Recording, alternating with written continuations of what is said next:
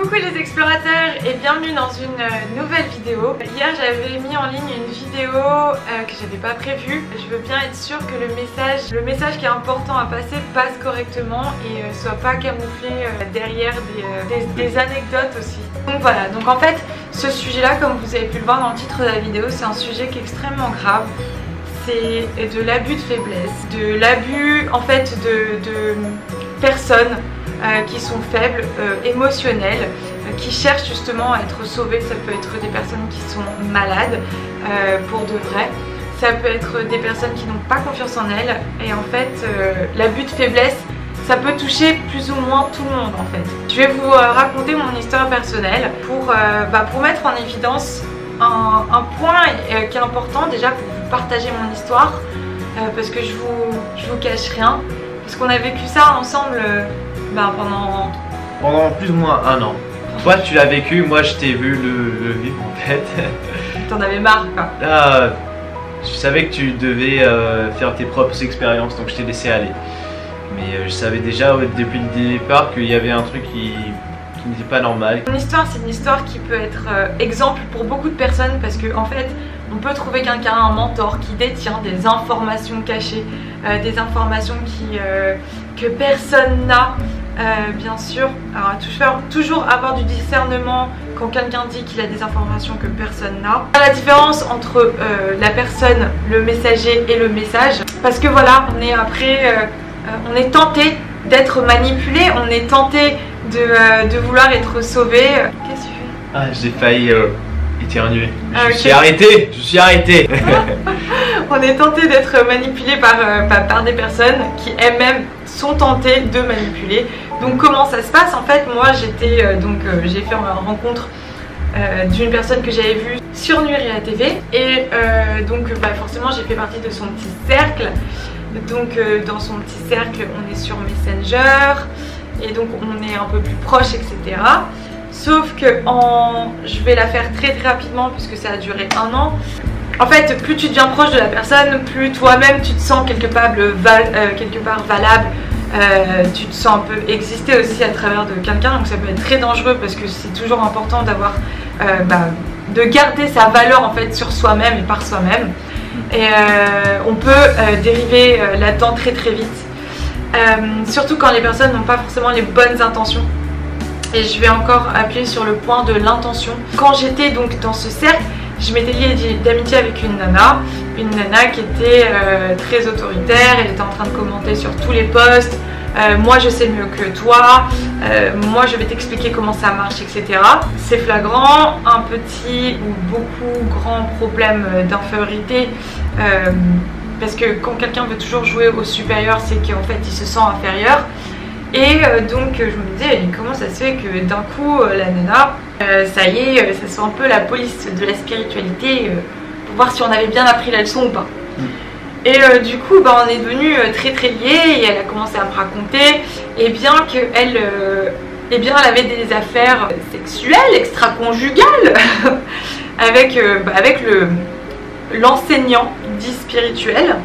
Et c'est là où j'ai commencé à avoir un tilt. Je me dis ah ouais, donc le gars est quand même coach de couple, il a une femme qu'il appelle sa contrepartie divine, sa bacherte, son âme sœur quoi, enfin c'est juste un nouveau terme hein. Et pourtant il arrive à avoir des affaires avec d'autres personnes et surtout des gens qui l'admirent en fait.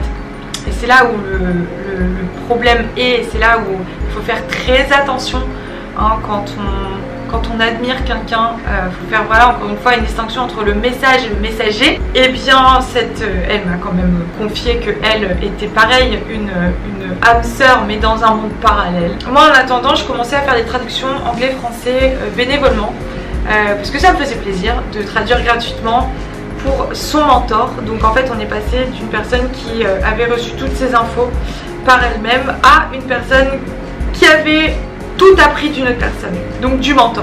Donc déjà tu te dis ok, tes infos, faut quand même les aligner, faut quand même qu'elles se concordent.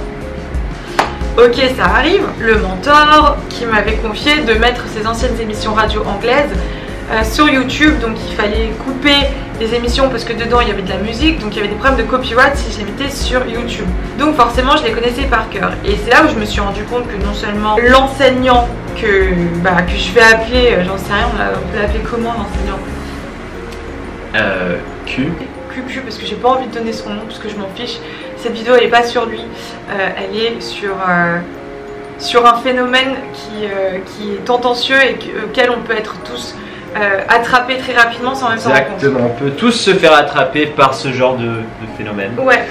Donc moi en fait j'ai été surtout pour les informations, et comme je me sentais pas redevable d'avoir ces informations, parce que je me sentais presque privilégiée en fait d'avoir les informations directement du mentor avec qui je parlais sur Skype, parce que je lui avais créé aussi un forum où je lui traduisais les questions, je traduisais les réponses. Je m'étais rendu compte que ce que QQ enseignait et ce que le mentor enseignait, c'était la même chose, sauf quand il s'agissait de relations entre humains et surtout de relations de couple. Donc en fait j'ai aussi été témoin du fait que quand je parlais à la nana qui était bacherte parallèle, et bien elle, il lui disait des choses la veille pour la déculpabiliser parce qu'elle-même avait un compagnon et un enfant, et donc le lendemain il allait le dire dans une conférence. Donc en fait ça, les propres informations qu'il inventait, c'était pour justifier en fait ses actes avec des filles fidèles. Et voilà, et donc sinon le reste ça venait du mentor. Parce que aussi le mentor il parlait de la numérologie, c'était à la base pour ça que je m'étais intéressée à QQ. Et donc de cette numérologie, en fait je me suis rendu compte que le mentor faisait toujours l'apologie d'un livre de numérologie, et que finalement la numérologie de QQ se trouvait dans ce livre. Donc je me suis rendu compte de plus en plus que c'était ce qu'on appelle en anglais un scam, donc charlatan, escroquerie, voilà. Sauf que je me suis rendu compte aussi que l'intention derrière c'était aussi de faire valoir un manque d'existence, un manque de confiance en soi. Et c'est vrai que QQ c'est pas forcément quelqu'un de très attirant, aesthetically pleasing. Exactement. Et du coup, il le disait lui-même, il ressemble à Shrek, etc., etc. Sauf que, en fait, c'est pas une justification pour abuser des personnes qui viennent vers toi, parce qu'elles ont besoin quelque part de se sentir valoir. Et en fait, quand tu es normalement, quand tu es enseignant et que tu es prêt à guider quelqu'un, donc que tu es équilibré, tu devrais savoir faire la part des choses. Donc ne pas utiliser tes enseignements pour des fins en dessous de la ceinture, parce que ça salit déjà des enseignements qui sont pas les tiens, ou des enseignements qui sont finalement à tout le monde. C'est tellement facile, je sais pas si vous avez vu la vidéo de Poisson Fécond sur l'autorité. C'est à voir parce qu'elle est vraiment très très cool, et en fait quand tu as quelque forme d'autorité, c'est très facile de manipuler à des fins comme il te plaise. Donc voilà, donc ça j'ai trouvé ça pas très très cool, parce qu'il y a eu beaucoup d'autres exemples. Il y a eu un autre exemple récemment, mais alors du coup avec cette nana là, ça s'est passé que je lui ai dit voilà, ça me dérange que tu me parles de toutes vos relations sexuelles, parce que ça allait dans tous les détails, et c'était des détails pour quelque part montrer à quel point elle était supérieure. Oui, il a dit qu'il s'était dédoublé quand il s'est touché, que je lui avais donné trop d'énergie. Là, j'étais aussi rentrée dans le cercle vicieux où elle avait besoin de moi pour se sentir supérieure, et elle avait besoin de lui pour exister dans ses yeux et donc être quelqu'un. Donc, si tu veux, le cercle vicieux, je l'ai carrément mis un stop, mais un stop gentil. Elle m'a supprimé dès le lendemain, ça l'avait vexée. Parce qu'effectivement, d'où elle allait prendre son énergie, sur qui elle allait se reposer pour être quelqu'un. Donc voilà comment ça s'est terminé avec cette personne. Elle a essayé de venir me recontacter pour que je m'excuse, de lui avoir dire que je ne voulais plus que parler d'enseignement uniquement. Ce que je n'ai pas fait, parce que je sais qui je suis intègre. Et en parlant d'intégrité, elle était amie aussi avec sa bacherte dans ce monde-là, bien réel, avec qui il a un enfant, l'enseignant, et elle n'hésitait pas à les commenter, à mettre des je t'aime, des cœurs, des vous êtes trop beaux tous les trois, pendant que le soir, il y avait des rendez-vous privés sur internet.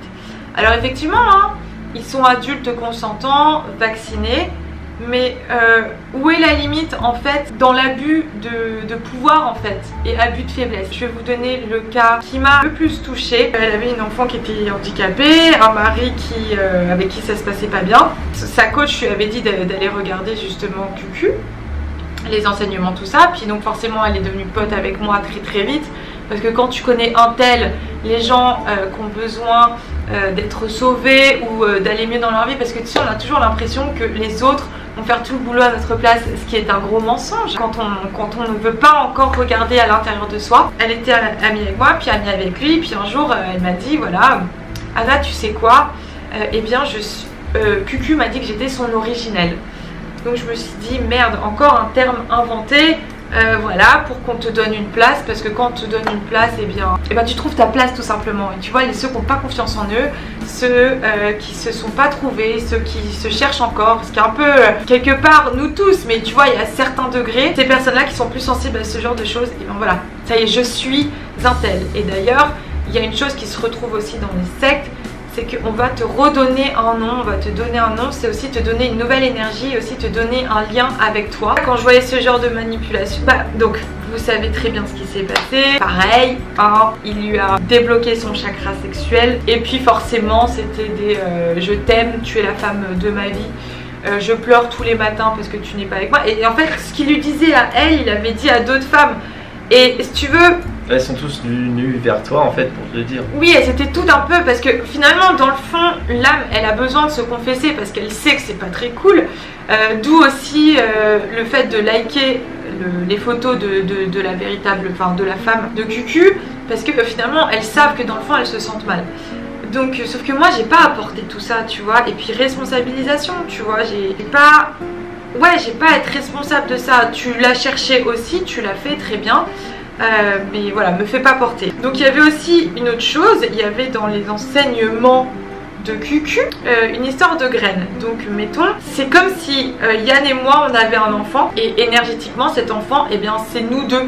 Donc quand on veut, donc en fait cet enfant existe grâce à nous. Donc si vous voulez, il y avait une sorte de hiérarchie, et je sais que dans les conférences QQ disait non mais il n'y a pas de hiérarchie non plus au niveau de la numérologie, parce qu'il faisait de la numérologie, et pourtant il redéfinissait sa propre numérologie aux filles avec qui eh bien, il avait des actions, des rapports, des actions intimes.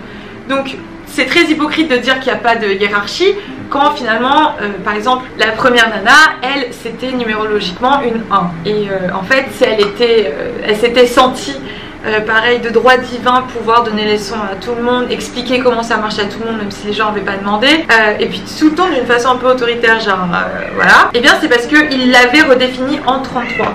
Donc je sais pas comment tu peux redéfinir des énergies comme ça, parce que tu es numérologue. En tout cas là, tout de suite, ça prend une proportion différente en fait. Ça prend vraiment une proportion un peu plus de gourou. Je suis désolée de le dire, je sais que c'est un mot, moi aussi, je suis allergique, mais dire à quelqu'un tu étais comme ça, maintenant tu es comme ça, tu vois, en plus depuis qu'il y a des rapports, je trouve ça un peu, voilà, c'est malhonnête, c'est pas correct, ça correspond pas à mes valeurs, c'est pas une question même de mes valeurs. Je sais très bien que quand on est témoin de ça, on se dit ouais, il y a un truc qui est pas correct. Sauf que pourquoi est-ce que j'en parle aujourd'hui? C'est important de raconter pour le mentor ou pas? Oui, vas-y.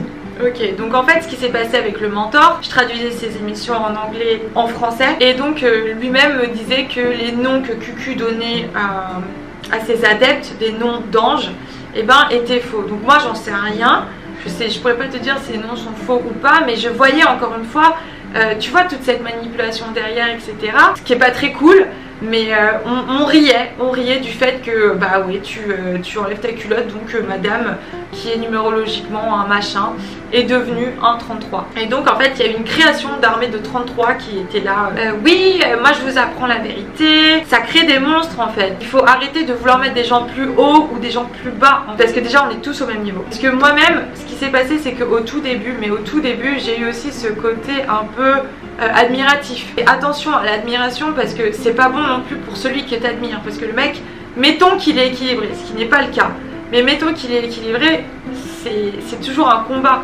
Donc moi j'apprécie par exemple les gens comme Lobvé qui dit ne faites pas de moi votre gourou, parce que c'est même pas la peine quoi. Et voilà, et là au moins c'est honnête. Alors que quand tu fais le coup du des enseignements qui sont pas bêtes, qui sont sont pas les tiens mais que tu mets ton nom. C'est comme si tu découvrais la pyramide d'Égypte et que tu signais ton nom, tu vois, genre. Puis après tu vas l'utiliser à des fins en dessous de la ceinture, des tournements. En plus avec des personnes que tu connais leur vie parce que tu les as vues en consultation, donc tu sais que bon voilà, elles sont en instance de divorce ou alors elles sont pas bien dans leur couple, etc. Et après tu les fais déculpabiliser sous couvert que toi tu as des informations, donc tout ce que tu dis, t'as l'autorisation en fait. Et en fait il y aurait que vous qui devrez pouvoir vous donner cette autorisation, l'autorisation du cœur. Discernement, les amis, discernement c'est le plus important. Moi quand j'ai vu ça, ça m'a créé du discernement parce que je me dis purée, l'admiration que j'avais pour cette personne, d'un coup tu réalises le côté humain en fait et le côté j'ai besoin de me sentir beau, j'ai besoin d'être aimé, j'ai besoin de satisfaire des besoins 3D sexuels. Bah écoute, on voit ça très très souvent. Bah, moi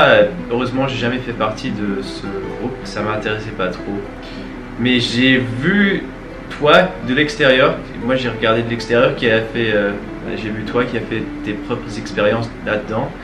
Depuis le début, je savais que ça allait mal se terminer déjà parce qu'on voyait très bien qu'il y avait carrément un leader qui se nommait leader et plein de femmes en dessous qui étaient ses followers, I guess, et suiveurs. Et puis tout ce qu'il disait le leader, c'était la vérité.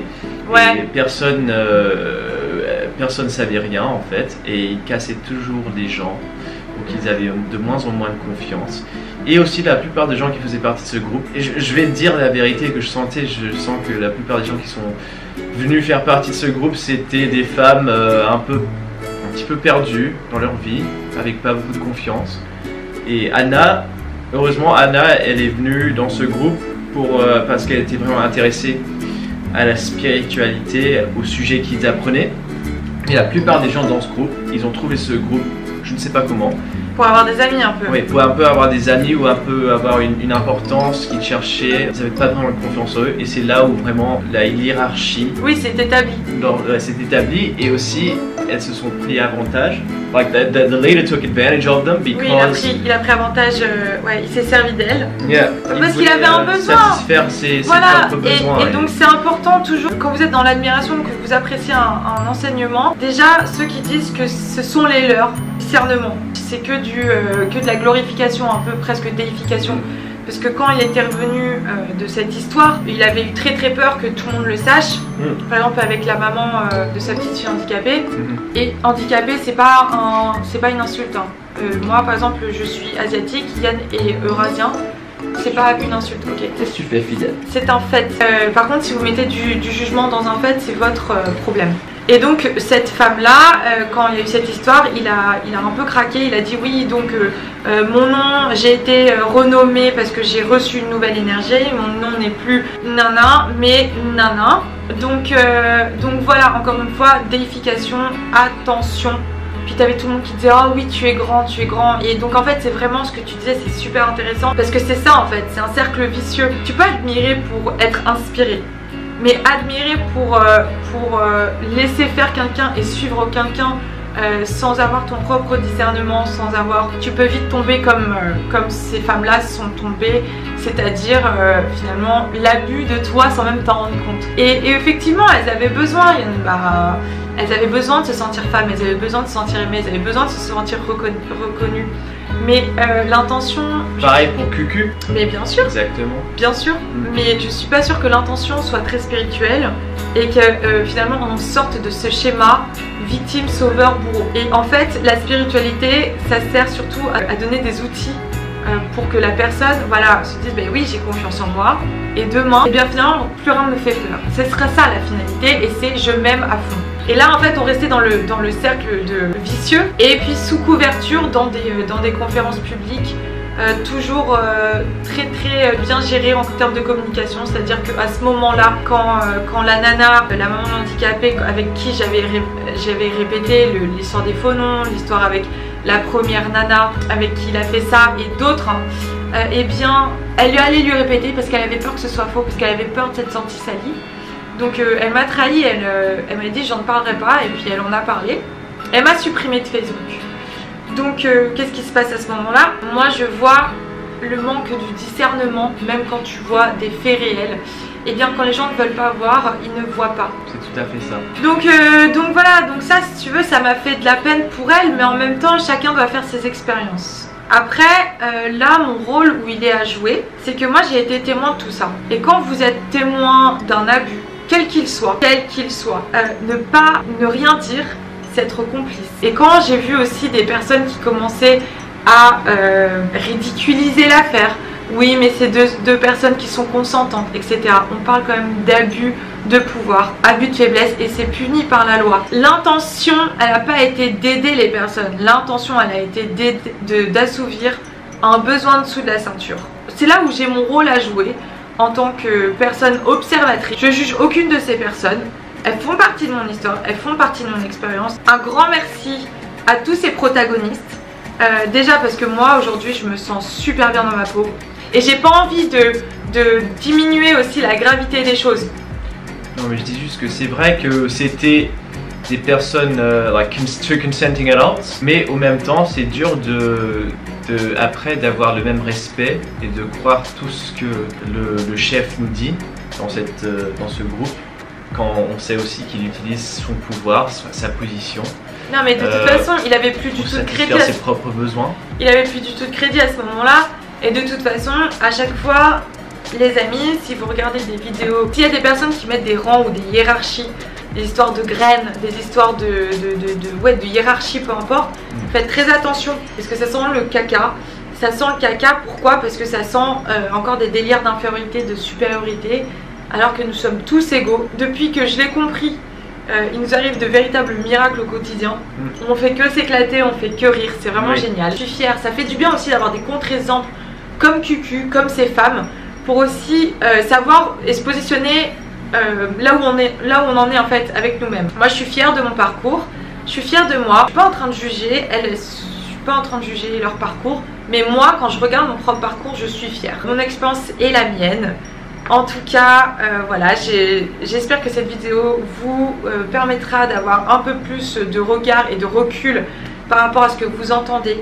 Pareil, quand il y a la peur qui est instaurée dans des enseignements, que ce soit demain c'est la fin du monde ou alors demain votre âme ne sera pas éternelle si vous ne faites pas ça ou ça, la peur est le chemin du côté obscur. Si vous n'avez pas vu ma vidéo sur Star Wars, vous pouvez aller la regarder. Comprenez, encore une fois, la spiritualité, c'est juste amener plus d'amour de vous-même à vous-même. Par contre, là, ça peut avoir des enjeux graves.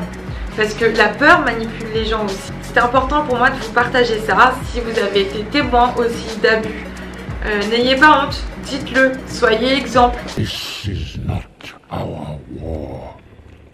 But you're part of this world.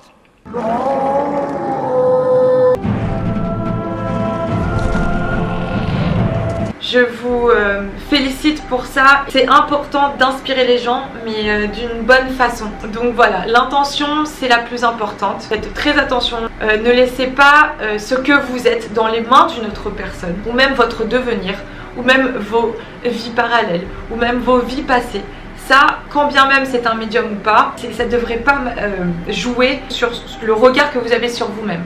Et je voulais juste dire dernièrement, c'était dur pour moi parce que je savais déjà tout ce que ça allait être, ce groupe, quand Anna l'a trouvé, mais je savais aussi que je devais te laisser faire tes propres expériences et que surtout si je te disais ça trop tôt, avant que toi t'avais fait tes expériences là-dedans, tu n'auras jamais écouté.